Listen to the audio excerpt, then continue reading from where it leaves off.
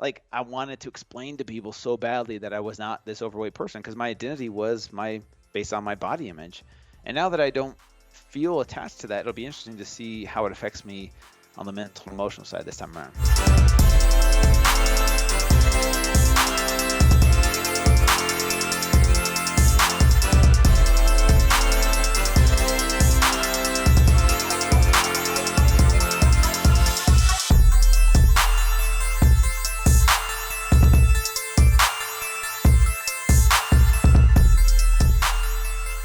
Welcome to the Model Health Show. This is fitness and nutrition expert Shawn Stevenson, and I'm so grateful for you tuning in with me today.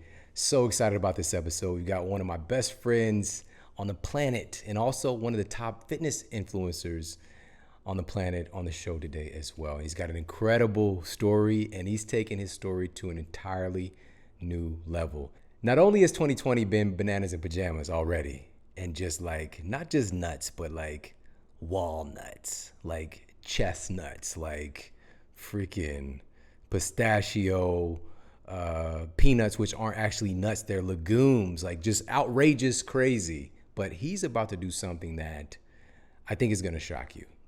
It's part crazy, part amazing, but that's what humanity is right now. So, but it's also just super inspiring, and the layers beneath what he's going to share today, I think is going to be incredibly valuable for all of us. So again, really pumped about this episode. And also, just check out if you're watching this on YouTube, check out his t-shirt. Oh, if you're watching on YouTube, check out my t-shirt. All right, now I get all these there's so many incredible companies out there that are making gear, and I get access to. It's just such a gift.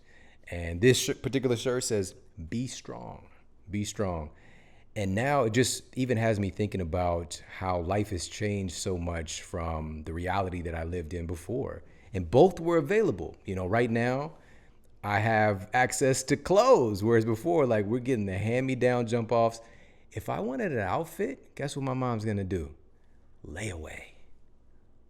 Do you know layaway? Some people probably don't even know what that is. That means you go to the store, you go to Kmart, you shop, you get your outfits. I can't wait. Oh, this is so nice, Mom. And then she puts it on layaway, which means she pays a little bit down and she comes and puts money on it over time. And you'll eventually get your clothes when they're out of fashion, 6 months, a year later, whatever the case might be. So many layaways were started, never completed. All right. But today I could get my own clothes. It's just a gratitude point. But also, it's just this spectrum of reality, this spectrum of life and growth, and being able to even see the beauty in those moments. Like my mom was doing the best that she could.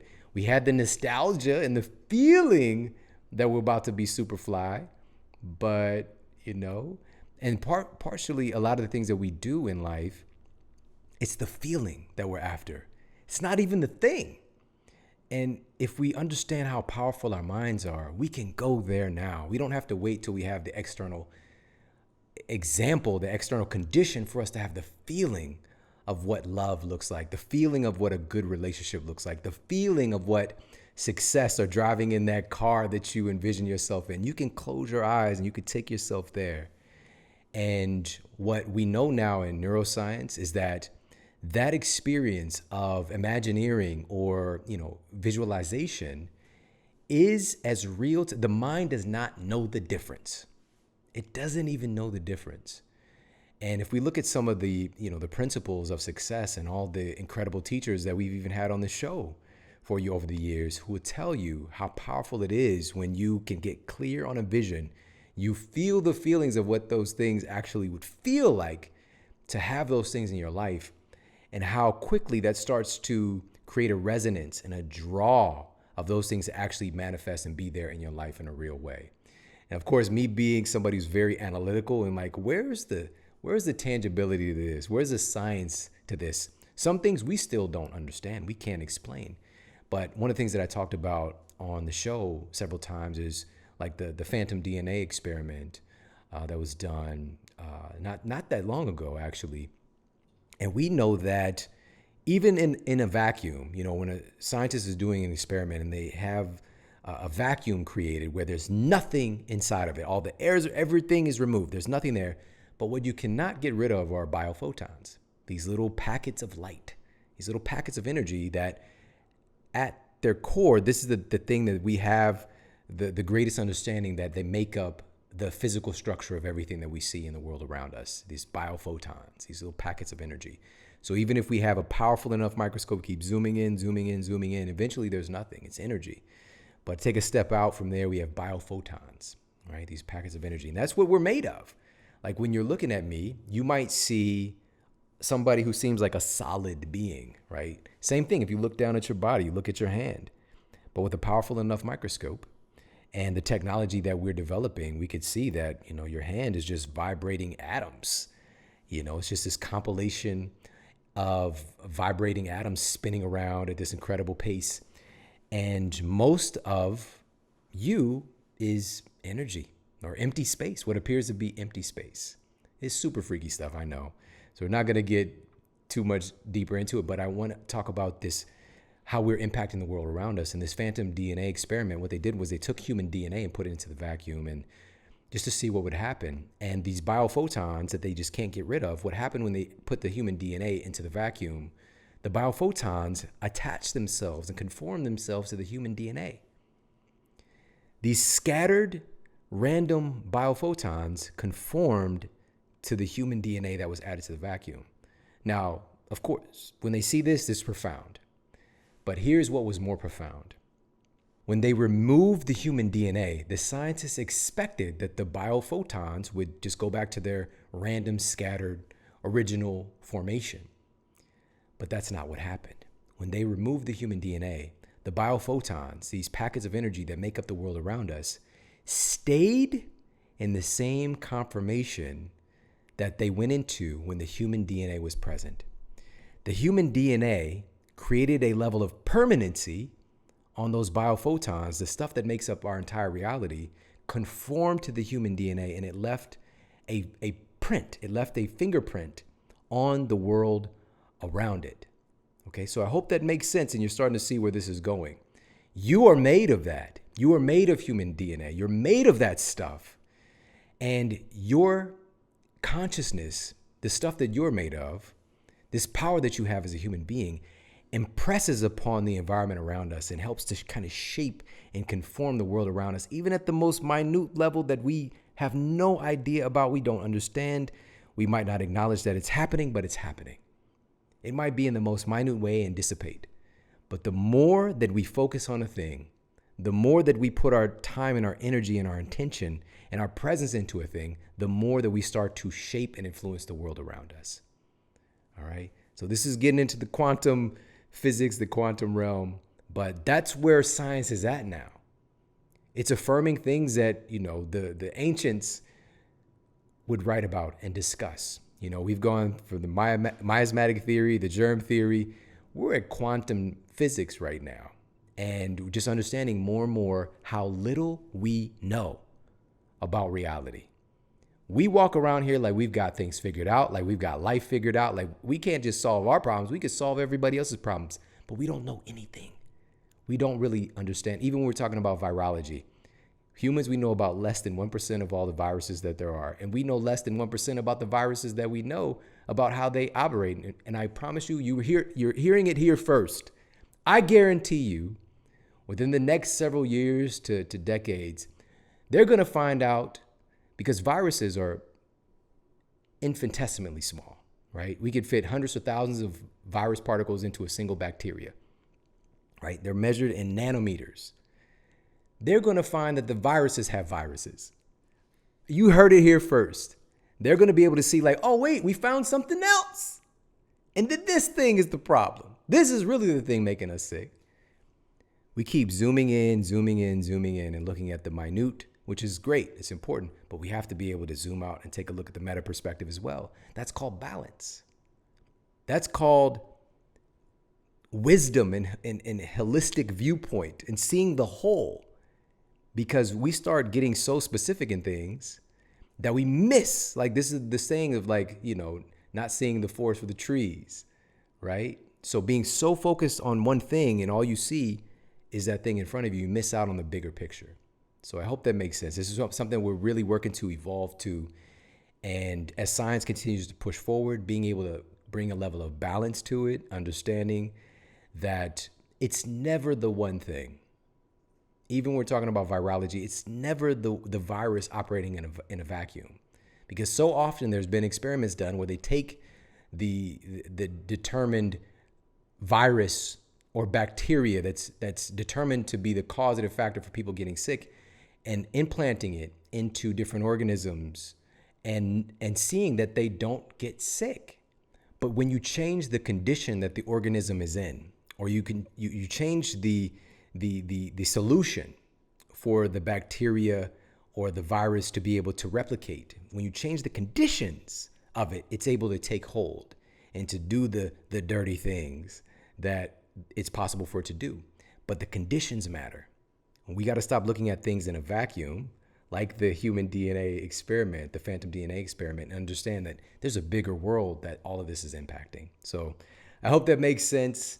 And I hope that this encourages you to remember how powerful you are to impress upon reality.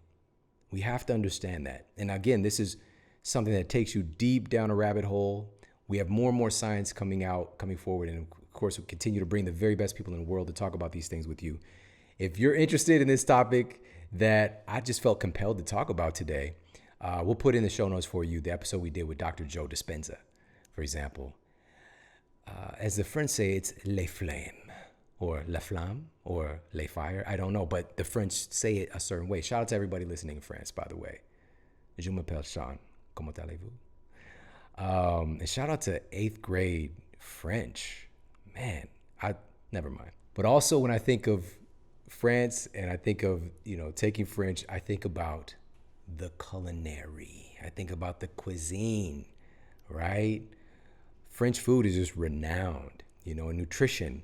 And if you look at some of the practices that come from the incredible culture and you see the level of health that the French citizens have been able to maintain or sustain, but, of course, as more and more of the, quote, Western diet, fast food paradigm has integrated itself in. But even over in Europe, there are different standards, even for processed foods than there are here in the United States. The United States, we have the worst of the worst when it comes to ingredients that are considered, gras or generally accepted as safe, that are added to our food supply that have been banned in Europe, but long history and culture of full fat foods, right? Understanding that the fat is not the problem, because we have this paradigm where if you think if we eat fat, it's going to make you fat.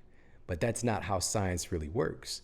It's the same paradigm. If I eat blueberries, I'm going to turn blue. It's that same level of thinking. And this is what I was taught in my university classes as well, is we got to get people on a low fat diet, high fiber, low fat or high grain diet. And we saw that just didn't work for so many people. But again, if we look at cultures all around the world, some cultures do have by proxy lower fat protocols that they're able to sustain, but it's whole foods based diets. And the same thing with higher fat diets. We see some cultures around the world who have diets that are like, 80 to 90% dietary fats, who have little to no traces of cardiovascular disease or diabetes or anything like that. So we have to take, again, all of these things into context, into consideration, because where do our specific genes come from? Like, where's the closest, with our lineage? How did our closest ancestors eat? Maybe if we eat a little bit closer to that, we'll experience a different level of health. And what we have access to today is we have access to every kind of food and superfood you can imagine, which has just been such a gift for me over the years. And it's been quietly behind the scenes. The thing that really got me into this space at this level was, even when I was struggling, just to, get by, I was investing in different foods that I had never heard of before in my life. From, goji berries to cacao to mangosteen, to acai, all these things. This was about, getting close to 20 years ago now. And I was just infatuated. And I was just wondering, like, why don't we know about it? I know about Krispy Kremes, but I don't know about mangosteen. I know about Burger King, but I don't know about the king of the mushrooms, right? We got chaga, we got reishi. See, so when I found out about these things, I just became obsessed and started to study them and share with as many people as I could. And it started off, working with the clients I was working with, and then, taking that out and teaching small classes to like the classes getting filled up. And just in my mother-in-law's kitchen, first class, 3 people. And I was scared. And I knew 2 of them, scared. And my concern was I wanted to make sure that I communicated this correctly, how much joy I'm feeling and experiencing and what I've learned. But all of that fear dissipated when I shifted the attention off of myself and onto how can I serve and how can I help these incredible people in front of me to gain some type of tool or insight that they can use in their life moving forward. And that started the journey, and even way back, one of the things that I was bringing into the fold was turmeric. And this is something my mother-in-law would get as well. We had like the root. It looks like ginger. It's in the same family, actually, when you talk about the real turmeric itself. And I was throwing that in the juices, like, ooh, you got to have the right formula.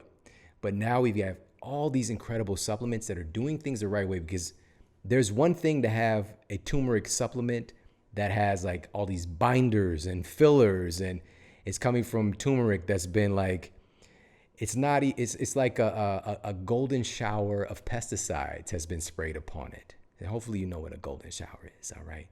But that level of turmeric, and we're getting the quote medicine along with poisons. And so companies that are doing things the right way, and myself and my family, we have it right over there in our cabinets, and we keep it stocked. We get our turmeric, our daily turmeric formula that I have all the time, and also the Organifi Gold product. And the hallmark ingredient is organic supercritical extract of turmeric. And the reason that this is important today in this conversation and what we're going to get into today is that turmeric and curcumin are well noted for their anti-inflammatory capacity. Tons of studies on how effective curcumin, which is one of the active ingredients in turmeric, and turmeric itself are well noted, study after study, to be incredibly effective at reducing inflammation. It's mind-boggling. One of the things that's not talked about enough is the fact that, and this was published in the European Journal of Nutrition, found that turmeric is also able to not only downregulate inflammatory cytokines that's related to what our body fat does. Our fat cells are inflamed when they're, growing and doing the thing that fat cells can do. It's inflammation is part of it. But they also discovered that it's able to downregulate the inflammatory process and upregulate the performance and activity of one of our major satiety and fat loss hormones, which is adiponectin. All right, so not only is turmeric anti-inflammatory, it's also anti-obesity. And it's just another reason that I'm a huge fan of the gold formula from Organifi. And if you want to check it out, go to Organifi.com/model. That's Organifi.com/model. And guess what? You get 20% off. 20% off their gold formula, their daily turmeric product as well. I travel with that. Bad boy. And all the other products they carry as well. It's such an incredible company doing things the right way. And so many people actually like to have the gold formula before bed because it also contains reishi. And according to the journal Pharmacology, Biochemistry, and Behavior, reishi is able to, number one, improve sleep latency, so you're able to fall asleep faster. They also found that it was able to increase overall sleep time and to increase the time spent in non-REM deep sleep and REM sleep as well. So reishi in that formula with the turmeric, which has the anti-inflammatory capacity, and it tastes great. You can have it like a tea or with warm milk of your choice as well. It tastes great that way too. So definitely try the gold formula if you haven't done so already. And right now they've got the chocolate gold formula, and that's an added layer of antioxidants and incredible benefits with the chocolate. And for a limited time right now, it's that time of year again. They've got the pumpkin spice gold formula available over at Organifi.com/model. All right, so head over there, check it out. And now let's get to the Apple Podcast Review of the Week. Another 5-star review titled Logic and Reasoning by JD Living Well. My math brain loved this episode. How amazing to hear actual data and statistics surrounding COVID instead of all the mass hysteria we are getting from the media. Your information about hospital data is spot on. My respiratory therapist sister is finally back to work after being laid off for several months from a major research and trauma hospital. Who could imagine that during a pandemic? It's encouraging to hear solutions that we can use in our daily lives to be healthy and well, rather than living paralyzed in fear. I love your ads as well. What a breath of fresh air to hear about alternatives to staying healthy instead of spending thousands being sick. I cannot thank you enough for this great information. Awesome. Thank you so much for leaving that review over on Apple Podcasts. And that episode that they're referring to is the one that we did with epidemiologist Dr. Alan Preston. So we'll put that for you in the show notes if you happen to miss it. But that just means so much. Thank you so much for sharing your voice and sharing that story, the insight with your family member as well, and having that close proximity and touch point to this whole experience. We all need to talk about this and share our stories and connect. So thank you so much for leaving that review. Today's guest is New York Times bestselling author Drew Manning. And Drew catapulted to fame. And this was back when Jay Leno was running The Tonight Show.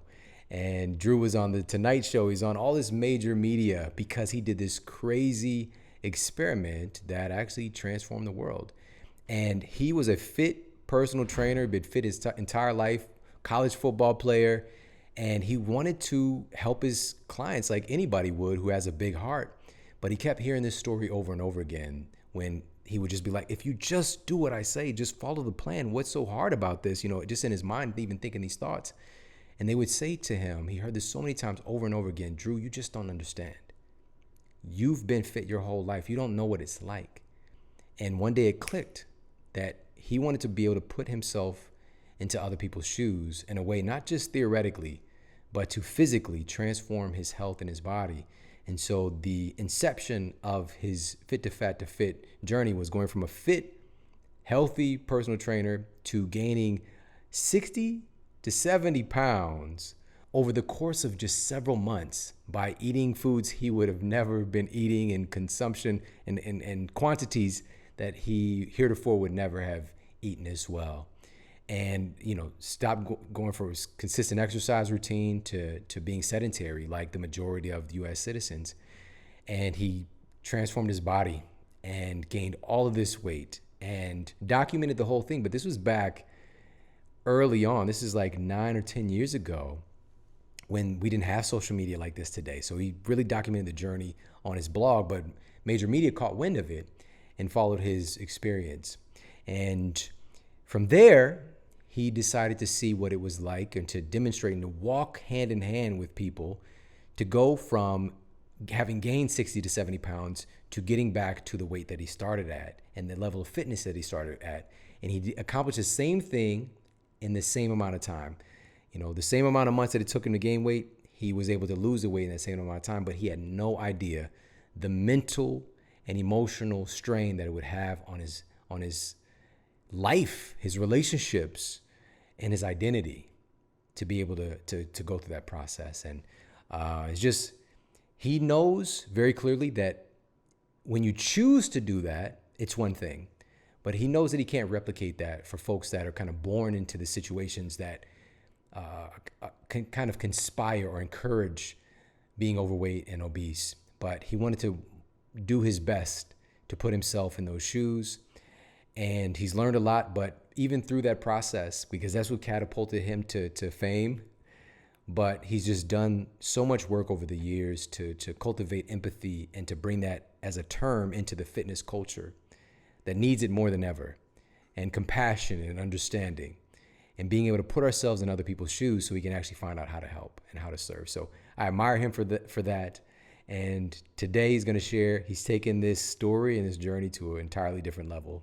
So let's jump into this conversation with my good friend, Drew Manning. Well, I'm going to start and make this a public question, man. How does it feel to be ridiculously handsome? That reminds me of Zoolander, you know, ridiculously, really, really good looking. It's, you know, I'm used to it now. Just kidding. Nah, it's all good, man. I'm good. I should ask you that question. Oh, come on, man. Stop it. Oh, man. You know, I love, you know, certain people you just click with, you know what I'm saying? When we first met, I was just like, this dude's going to be my friend forever. do we? It's like one of those like stepbrothers moments. Like, do we just become best friends? And It was, so man. when you posted the Zoolander side by side or the Ben Stiller side by side, I was like, oh, I went and got my wife. I literally got up and went and showed her, and I was like, yep, this guy's gonna be my best friend. So Well, man, thank you, brother. I really appreciate that. and grateful to have you on. It's been, you're one of the very few recurring guests that we've had on the show. Just so insightful, such a good human being, and you've accomplished so much, man. And I want to talk to you first about the world is very different than when we last talked. And so I just want to know what you've been up to since, the shutdowns have taken place, quarantine. How have you stayed in shape? And by the way, we're going to get into how he's not going to be in shape in a moment, but Yes. how have you been able to kind of maintain what you've been doing with your fitness, with your mental health through all that's been going on? Man, so let's start from the beginning of 2020. It's been a crazy year. Well, ever since Kobe died, man, that's when this year kind of it set the tone for me. That was for me the first time that I felt attached to someone like him, like an athlete like that, where I was devastated when he died. Hit me hard. And then from there, it's just been a snowball effect of just, okay, what more can we pile on in 2020? It's been really hard, mentally, emotionally, psychologically for me personally, but I think for a lot of people, all over the world. And it's unprecedented times for sure. So how have I been able to maintain or stay in shape? I'll be honest with you, man. I had moments where the stress got to me, and here I am, an influencer. All the tools in our tool belt of the mental and emotional side, the physical side, supplements, food. There was times where I'm like, man, I was like, you know what? I'm gonna have an extra glass of wine, or like, have a little bit extra dessert, just because. And I caught myself doing that, and it was so interesting for me because it helped me definitely relate to people out there. But also, it's like I'm human too, man, and I have emotions, and sometimes I numb those emotions just like every single person out there does.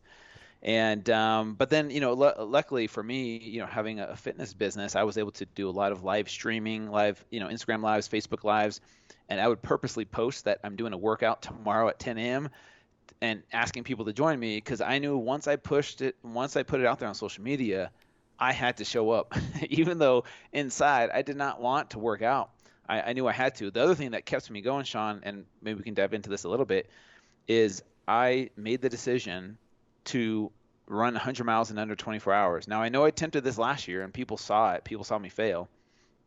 Well, fail-ish. I got 80 miles done in 24 hours, which wasn't a failure. It definitely, well, I was really proud of myself because I've Yeah. never once known I could do that until I read the book that David Goggins wrote, Can't Hurt Me. Really good book, by the way, to push me past those self-limiting beliefs. So I attempted it last year, didn't get the 100. This year I trained hardcore for it for 7 months, man. I became a runner, and I hate running. I suck at running. I've never been good at running. Just short sprints, maybe like but anything past a mile, man, it's uncharted territory for me. So I wanted to see if I could run 100 miles in 24 hours if I actually trained for it.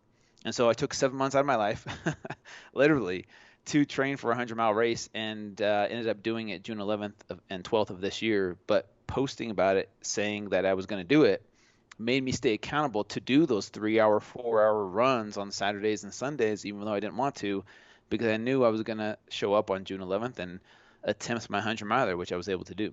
Yeah, man. First of all, that's just congratulations isn't enough sometimes. It's just like there's something deeper for you to accomplish something like that.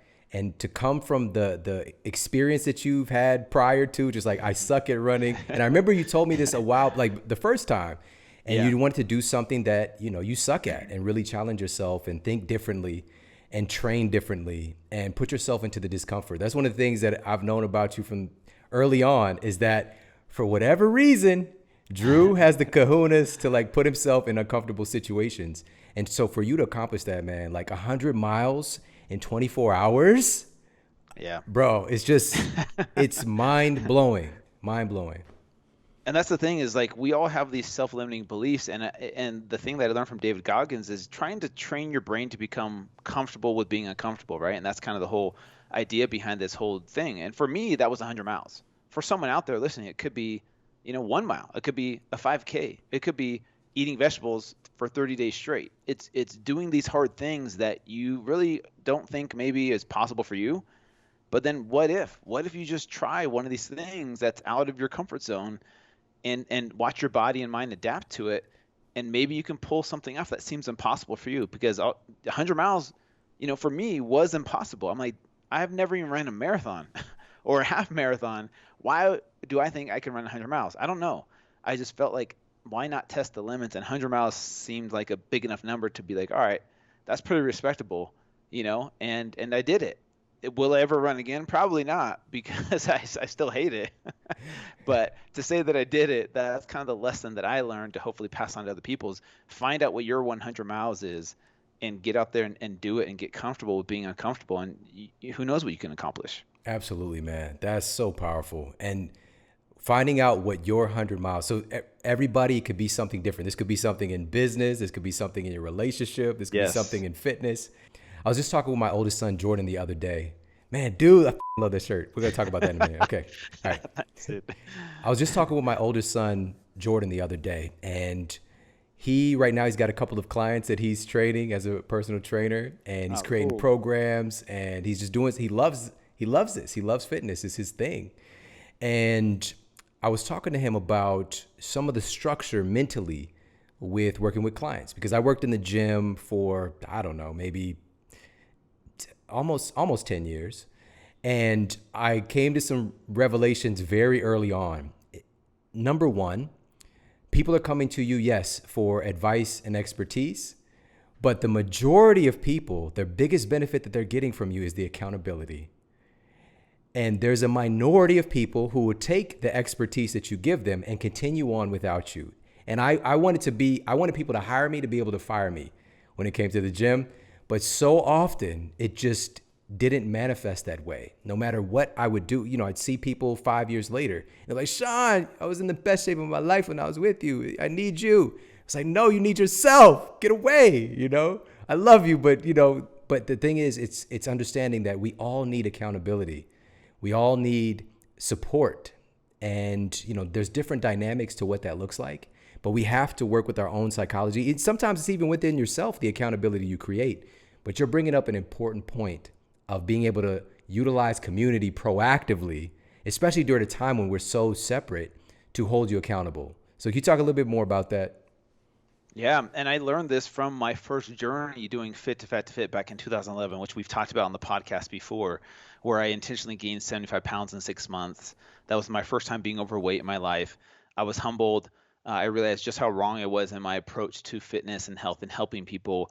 And I learned so many valuable lessons from that experience. One being how much of transformation is mental and emotional. Like, you could give someone the best meal plans, the best workouts, the best supplements, and none of that matters unless that person knows eventually how to overcome those emotional challenges. And a trainer, that's exactly what they are. They're paying you to keep them accountable, right? They could get meal plans and workouts from other places, but they are paying you to literally say, hey, I have this goal. I need you to push me to finish this workout and keep me accountable in the gym, in the kitchen, and all that stuff. And really, that's what it comes down to. For anybody out there looking to make a transformation, whether it's a weight loss transformation, physical transformation, any other transformation, anyone will tell you, having a coach, a mentor, and what that person does is just an accountability partner to keep you accountable to whatever the goals that you want to achieve. And that's what I learned from Fit2Fat2Fit back in 2011, was the importance of accountability in a support system, because transformation is so mental and emotional, more so than physical. And that's why you have to have someone on your side giving you a kick in the butt every once in a while when you need it, right? Everyone needs a kick in the butt, some tough love, but that empathy as well. And letting that person know that they're worth it to continue to fight for their goals. And that's what I think a lot of people struggle with, self-worth, and then they self-sabotage because they don't think they're worth it. They don't think they're worthy to achieve those goals, because that negative mindset tells them, that negative self-talk tells them, see, told you you're going to mess up. I told you you're going to go back to your old ways. And we keep proving that to ourselves over and over again, to the point where we don't ever feel like we can achieve something in life, because we've done that to ourselves over and over again, where we self-sabotage and we say, see, told you, I knew you'd go back to that old mindset. And that happens over and over again. And that's the power of an accountability partner or a coach or a trainer, to keep you accountable along the way. Now, you can't always have someone there with you, like you were mentioning. So eventually we have to learn how to develop that ourselves. And that's where self-awareness comes in. And self-awareness makes you the observer of your thoughts rather than you becoming your thoughts. So now when that negative self-talk is coming, that's not you. That's not your highest self. You can observe that thought coming into your mind saying, okay, here comes the negative self-talk. I know that's my ego telling me that, what I am, but I can choose to either detach myself from that and just observe what's going on and the emotions that are coming up. And then from there, you can make a thoughtful response instead of a reaction like some people do. So hopefully that makes sense. Man, that was so profound. And like, this is the thing that makes a person like yourself so successful and make such an impact. You're saying the thing that it's so funny. Like, we don't talk about this enough, that all change really is an inside game. You know, it's the mental and emotional, because we just want the physical thing. Just tell me what to do. Just give me push-ups and burpees. Let's go. But for you to do the push-ups and burpees, it's who you see yourself as. Are you the type of person who does these things consistently? We eat the way that we believe ourselves to be, or we eat in a way that reflects our perception of ourselves. Like, I eat this way. Like, there's a certain thought process. Is like, there's certain things that I just don't eat. There's a certain way that I eat. There's a certain quality of foods that I look for because that's who I am. And we're not doing that inner work. We're just like, just give me this cookie cutter diet program. Give me this cookie cutter workout, and wonder why we keep failing. And your whole work is like empathy, understanding, compassion, helping people to change from the inside out, because the outside stuff becomes easier once you get the mental and emotional piece right. Amen. Amen. And that's kind of the whole concept of a complete transformation, is not just a physical transformation. I think people's perception of what success looks like in health and fitness is a physical transformation. Like, hey, once I get this body, then all my problems are going to go away. Then I'll be skinny. People will love me in society. No one's going to treat me wrong anymore. I'll treat myself right. And we think that's what's going to happen. But I promise you, we both know people that have 5% body fat and are still miserable with themselves and still hate themselves and still think they're not good enough. So that's not what it is. That's not what it's not what you think it is. It's about learning to be fulfilled now when things are imperfect, when you might not have the perfect body, but you can still be fulfilled and full of gratitude while you're continuing to work on a better version of yourself. And that's what I feel is what needs to shift in this industry, is what success looks like to people. We can shift our perception. It's not about the results. I promise you, it's not about the results. It's cool to have goals to get those results, but what happens is people don't like the process of dieting and exercising because they see it as miserable, but they're like, okay, I'll put up with this for 30, 60, 90 days if I get these results. If I don't get these results, why am I sacrificing so much? Why am I suffering for nothing, right? And so it's all about the results. And then even if they get the results aren't as fulfilling as they thought it would be, and there's still something missing in their life. And that's where it's about falling in love with the process, operating out of a place of self-love versus self-hate. And when you love yourself, you treat yourself kindly. Like, hey, it feels good to eat this healthy food because it feels good to my body, and it feels good to move my body, instead of punishing myself in the gym saying, you better lose this fat, or else, or you're hungry, you keep starving yourself until you get this body, and that's kind of the perception that I think needs to be shifted in the fitness industry. And that's kind of what I'm trying to do, since Fit2Fat2Fit, I learned those lessons, and then going through, my rock bottom moment after my divorce and all the personal development I've done. And that's what leads me to here we are today in 2020 with another crazy idea to hopefully change the game. Segue alert. Segue alert. Did I? Man, listen. This right now is such a already crazy time. And when I got the message from you, and the first thing I said, I called you and I was like, dude, is it too late to talk you out of this? But then when you talk with me about it, I understood the different dynamics of why this could be very, very powerful and remarkable right now. Number one, because of your growth over these past few years. Number two, another reasoning that people hold up is like, I can't change my body at this point, once I reach a certain age. But man, you're about to do Fit2Fat2Fit again right now. Drew Manning, 40-year-old, father of two. And dude, so first of all, just to give a summation, when you did the original Fit2Fat2Fit, how long ago was that? Take us through a brief summation of the process, and then tell us why the hell you're doing it again right now in 2020. Yeah, so back in 2011, I was 31 years old. Never been overweight a day in my life, and I put on 75 pounds of pure fat in 6 months. Stopped exercising, ate a standard American diet, lots of Cinnamon Toast Crunch and Mountain Dew and Zingers and all of that delicious processed food that a lot of us grew up with in the 70s and 80s. And then got back to fit, and that's kind of learned a lot of valuable lessons, was humbled, and that's kind of what how I made a name for myself, because it definitely helped me to be more empathetic towards those that struggle, and it gave me a better understanding.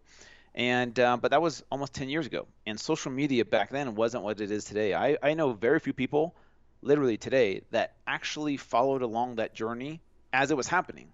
A lot of people heard about it afterwards, like you did. You heard about it afterwards. A lot of people heard about it afterwards, but no one was really able to follow along as it was happening, because social media wasn't really what it is. There was no live streaming. There was Facebook, and that's pretty much it. There's no Instagram. So here we are today in 2020. It's been a crazy year, like we talked about. Why would I ever do this again? One, I've already learned my lessons from it. I already learned what I needed to learn. So why would I ever do this again? I feel like 2020 has been such a divisive year. There's been so much hate and anger and fear and worry and everything that's going on in the world. I just see a lot of division, and I felt like this was the perfect opportunity to do it, even in a time of chaos, because of my message of empathy. I didn't even think about this till now. You see the shirt that I'm wearing, Mr. Rogers.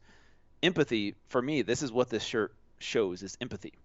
And empathy, I feel, is something that can change the world, let alone the fitness industry. Because the fitness industry, like you said, it's all about macros, calories, weight loss, fat loss, and people are chasing after this perfect body, when in reality, it's more than that. When it comes to our health, it's more than just having the perfect body. And I feel like people who live in larger bodies, who are obese, are judged unfairly and labeled as lazy or less than. And people think it's so easy. Just eat less and work out. What's wrong with you? Like, just be disciplined, have the willpower like I have, and people think that it's so easy.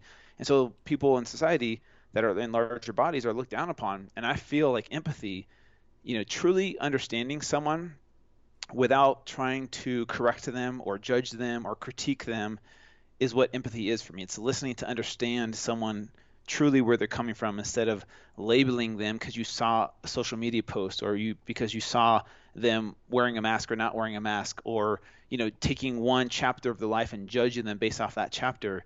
I feel like empathy can be a game changer. And so my message is one of empathy for those that struggle with body image and transformation. And I feel like empathy can be a game changer in the fitness industry, but it can also be a game changer in the world in general. And so that I feel like this is the perfect time for that. Number two, obviously I'm getting older. I'm 40 this year, turned 40 on December 27th, and things change, metabolism changes, hormones change, and there have been struggles for me. Now versus back when I was 31, things I could get away with back then that I can't get away with really anymore. And I feel like a lot of people can relate to that. But I want to show people that it's still possible to be fit and have health after 40. And so that's the second reason I'm doing it. And like I said, back in 2011, no one really saw what was happening as it was happening. And so 2020, all eyes are on every single social media platform, Facebook, Twitter, Instagram, TikTok, YouTube, LinkedIn, you name it. People can see it as it's happening. I feel like I can make more of an impact, be more, spreading positivity and the importance of empathy in this industry and in the world in general. And so those are the two main reasons of why I felt now was the time to do this again as a 40-year-old, and to push forward my message of empathy in an industry that I think lacks it. Yes, man. So take us through the process. So what's going down? This is, I believe, the first big podcast you're on sharing this. So yes. Take us through the process. How much weight are you going to gain? How are you going to gain this weight? Oh my gosh. Just take us through the process. Sure. So this time it's going to be different. August 27th is the start date. So this will probably air after that. So just go ahead and look at my old footage or previous post. But August 27th is the start date. through December 27th, which is my birthday. And this time around, it's going to be different. One, I have a doctor monitoring me throughout the journey. So we just did blood work. We went over my baseline blood work results just recently. So that will be an important factor of this journey, is to show people what happens to the inside of our body, to our health, as we live an unhealthy lifestyle. So my hope is to educate people as the journey happens. And yes, I will be eating processed food. But one of the things I want to do this time around, which is, I think, kind of controversial but interesting and educational, is I'm going to be exposing 4 popular fad diets out there. One is keto, which, I'm a big fan of the ketogenic diet, a paleo, vegan, and vegetarian, and showing people the pitfalls and mistakes that people make when they do these diets, when people think, hey, I'm vegan, therefore I should lose weight and have better health. But there's an unhealthy way to do every single one of these diets that I mentioned, and I see it all the time. So my hope is to expose it and actually gain weight on these diets during my fit to fat phase. But then the cool thing is, and then also I'll be doing blood work before and after, by the way. My doctor's going to do blood work before each segment, and then after each segment or each diet that I'm doing. Does that make sense? How long will the fit to fat phase be? It's going to be 4 months total. And I think my guess is 60 pounds gained in 4 months. That's my we'll see, my estimate. We'll see. We'll see. Oh my God. Oh my God. So, That's and right. I love this perception though of like, we're going to take these popular diets and we're going to expose their pitfalls, not just theoretically, but I'm going to like eat a junk food vegan diet because people like, I'm vegan and yet, like I still can't get my health together, or I'm doing the keto diet, but it's just like, I'm like freaking beer bonging bacon cheeseburgers with like Kraft American slices. You know what I mean? So, so I love that dynamic. So 4 months, 60 pounds around, that's going to be the goal. And you're going to be tracking everything. Now we've got social media, because I think back in the day it was just doing it on your blog. Yeah, I was Is just that doing it on my right? blog. Yep, exactly. And then also the other thing is I'll have a CGM device monitoring my glucose levels every single day of the journey, my ketone levels. I'll be doing body fat percentage. I'll be doing different fitness tests throughout to show my heart rate variability. I'll be tracking my sleep on my Whoop app. All kinds of data I'll be tracking, and people can follow along. And then come January 4th, 2021, that first Monday of the new year, everyone's going to want to be done with 2020. Am I right? Everyone's going to want to like start over, new year, new you, new mindset kind of thing. Let's do this journey together. I'll hold your hand every step of the way. You, me, everyone from around the world, we can do this journey together as a team, as a community. So I'm going to be providing all my exact meal plans, detailed meal plans, recipes, workouts, and you can follow along with me every single step of the way. And I'm going to be revisiting those diets that we mentioned and educate people on how to do them the right way, the healthy way. And I'll lose weight on them. I'll do my blood work before and after, and to show you that different things work for different people, right? So maybe my body does better on keto versus paleo or vegan, but maybe not. Maybe the blood work will show different. And I want to provide people with as many tools as possible for their tool belt on this journey of health, because what works for one person might not work for everyone else. Like I know everyone probably listens to your podcast, Shawn, is like, oh, Shawn takes this supplement or that supplement, I'm going to take that and get his body. But it doesn't always happen that way. So it's good to discover and explore to find what works best for you. So for me, at the end of the day, man, I think this is going to be a very powerful movement. It's going to be very hopefully inspiring and motivating to people out there. And that's why, even though it's crazy and it's risky, it's totally backwards than what you normally see, I feel like I'm being called to do it, man, to be totally honest with you, because I see how it can make an impact, especially during these times. I feel like it's crazy enough to get people's attention, but then hopefully from there, people consume my content, my messaging, understand that it's about empathy. They understand that it's more so about the mental and emotional side. But then for all the sciencey people out there, there's going to be the sciencey data that they can track as well. So I feel like there's going to be something for everyone on this Fit to Fat to 40 journey. Yeah, man, it's so powerful. And I'm truly, number one, I wouldn't do it. Number two, Yeah. I admire the fact, because you know this as much as I do, that our greatest opportunity and the thing that's overlooked the most right now, as far as how do we as a society remain healthy and defend ourselves from communicable diseases, from the next virus and the next virus and the next virus, because they're coming. This is just how nature works. Is having healthy, sovereign, fit human beings. Having healthy citizens is our number one defense, but it's not being talked about. And this is a way to do it. You're going to get yourself ridiculously unhealthy. Again, it pains me to say.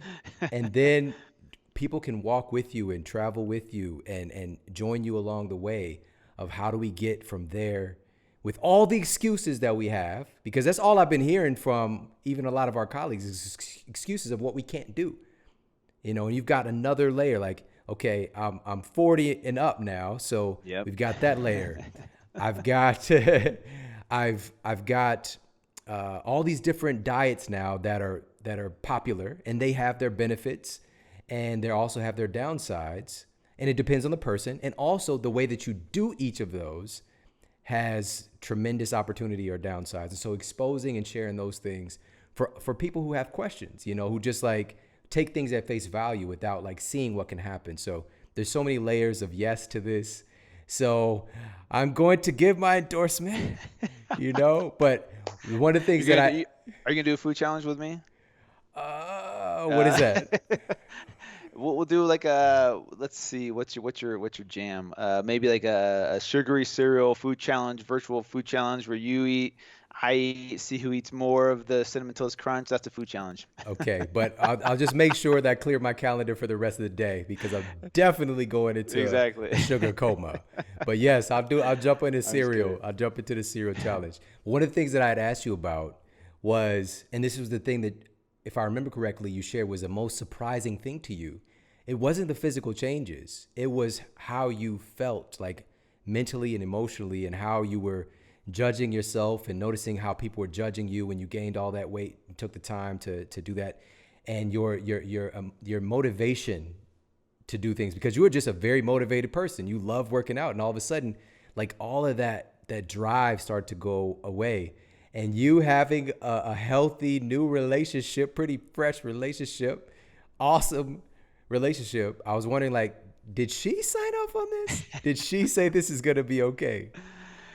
I joke around that I made my girlfriend Julie sign a contract that she couldn't break up with me during the journey, because that wouldn't be fair. But I didn't make her sign a contract. She's on board, man. That's the interesting thing, is she's on board with this. She's not going to do it with me for sure. She's actually doing a Whole30 in September, which is the complete opposite of what I'm doing. But she is there to support me throughout this journey. I told her it's going to be hard. I told her I'm going to be cranky. I'm going to have low energy and, let's be honest, low libido from eating this way.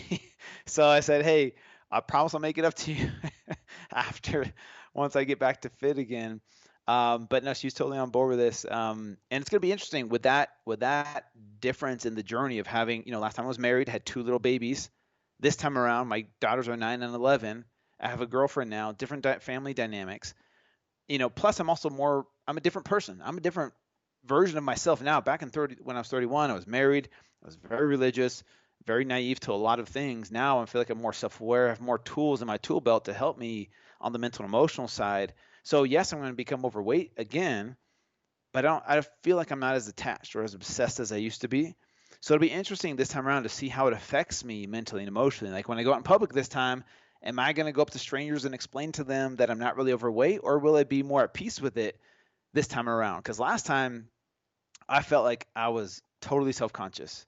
Like I would go up to strangers and say, hey, I'm not really overweight. This is just an experiment. Go to this website. Here's my before picture. Like I wanted to explain to people so badly that I was not this overweight person, because my identity was based on my body image. And now that I don't feel attached to that, it'll be interesting to see how it affects me on the mental and emotional side this time around. Man, it's powerful, man. And I'm glad that you brought this up and talked about this in our conversation of, how we feel, the foods that we eat, the way that we treat our bodies affects how we interact in our relationships. And it is probably the most visceral and real thing. I love my wife so much, and I know she loves me so much. But if one of us hasn't eaten in a while, and maybe we worked out, like, it's like your best friend becomes your frenemy. You know what I mean? Yes. And that's with like doing the work, loving somebody deeply. Just imagine how we treat other people as well, So I know you didn't really have her sign the fat prenup, but if you had her sign it, I wouldn't be like, it's out of bounds. So, Yeah. Drew, can you let everybody know where they can connect with you and follow along? Because this is going to be coming out right around the time you start. So we're going to Yes. express this, to get this out for everybody, and just let everybody know where they can connect with you. For sure. So Fit2Fat2Fit.com is the website that you can track my journey on. But if you just follow me, on my social media handles at Fit2Fat2Fit as well, you'll be updated every single day.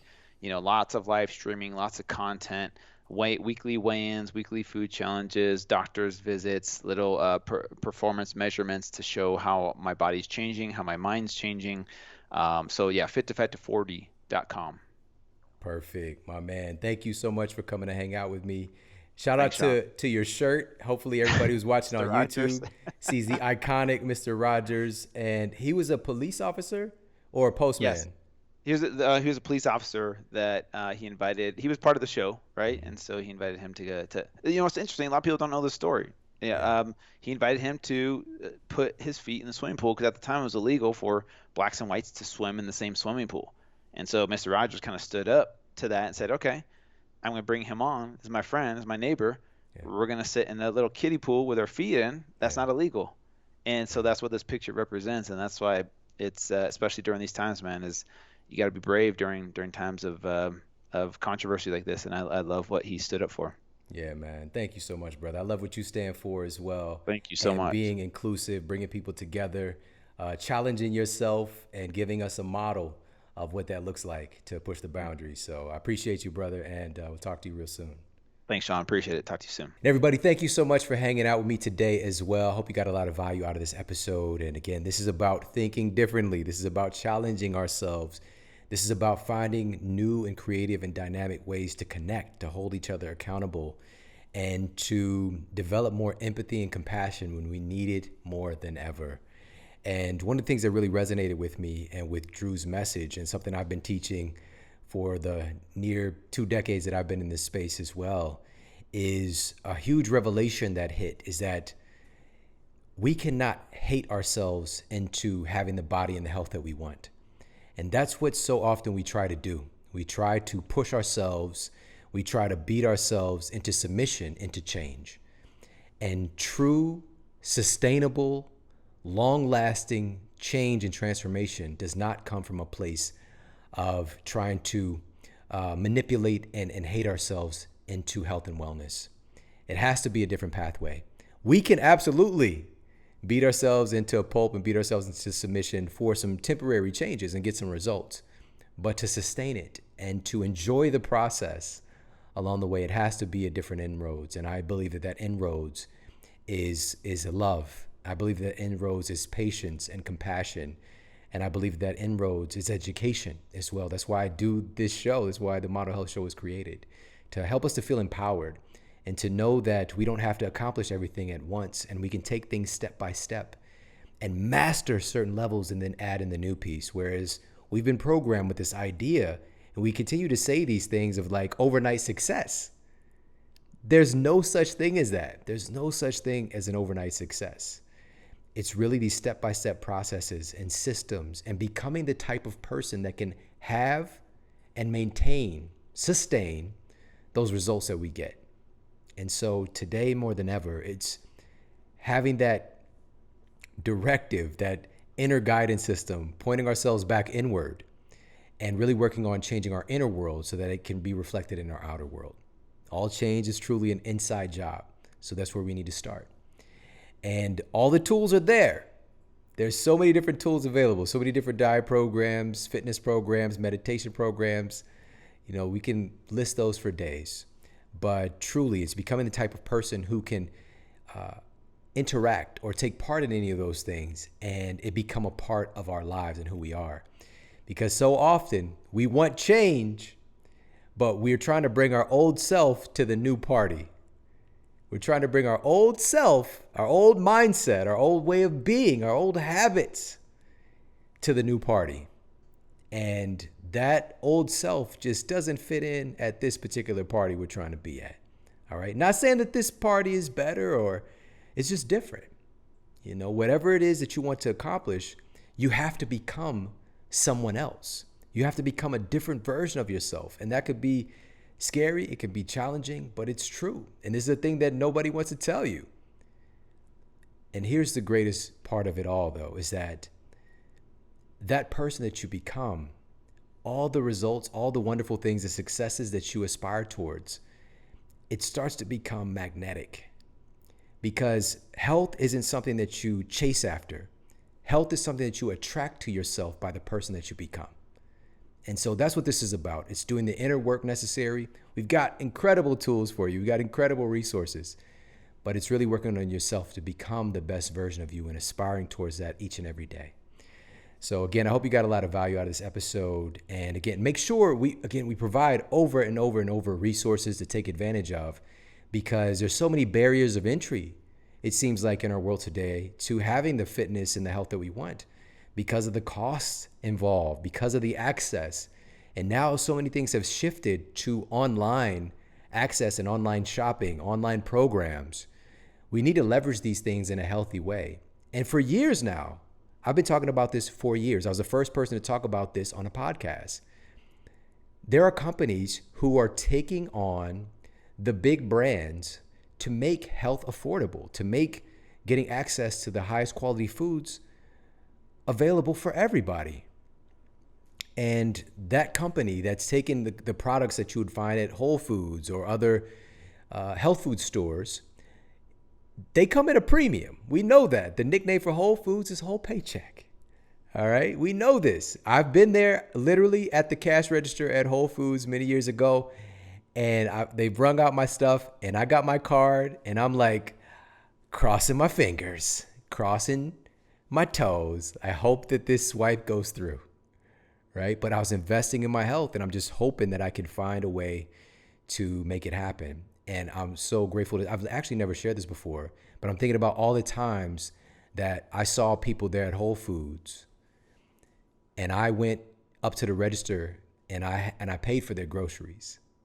I saw that they got lists from their trainer or something they saw on a television show and they're trying these new things, because I would frequent my local, Whole Foods is right by my office. So if I saw somebody new there, so many times I would buy their groceries for them. So I want to get us to that place where we can extend a hand to help the people. Man, I wish somebody would have bought me groceries one of those times, but it's an investment. But now we can get those same products for 25 to 50% off the retail price through Thrive Market, shipped directly to your door.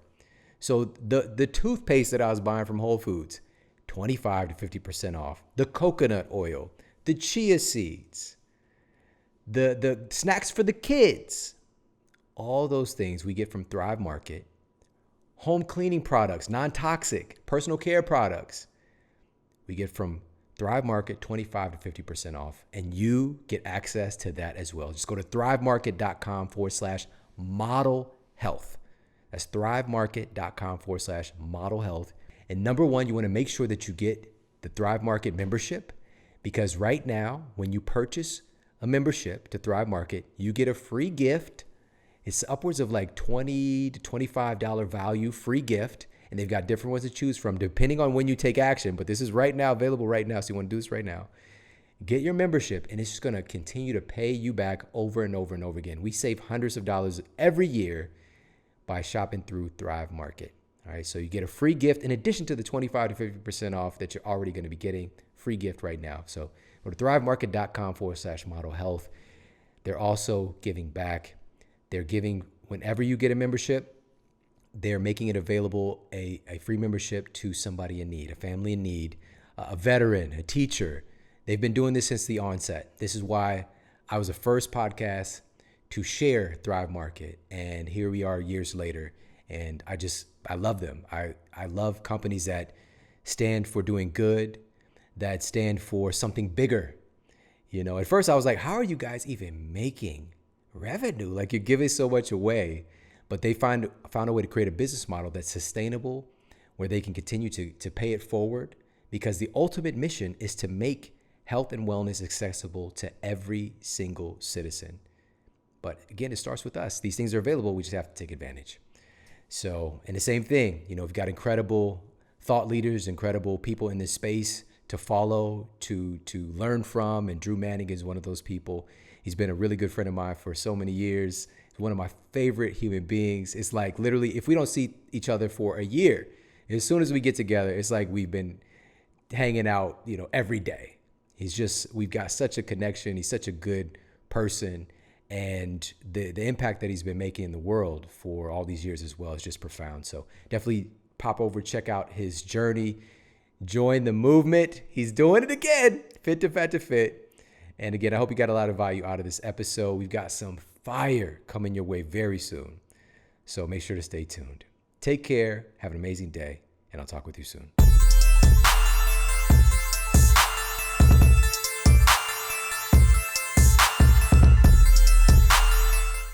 Underneath anxiety, depression, addictions, ADHD, PTSD, there's a biology to that. Yes, there's a psychology or your mind. So think of it like hardware and software. There's a social circle, how you're connected to your wife, to your baby,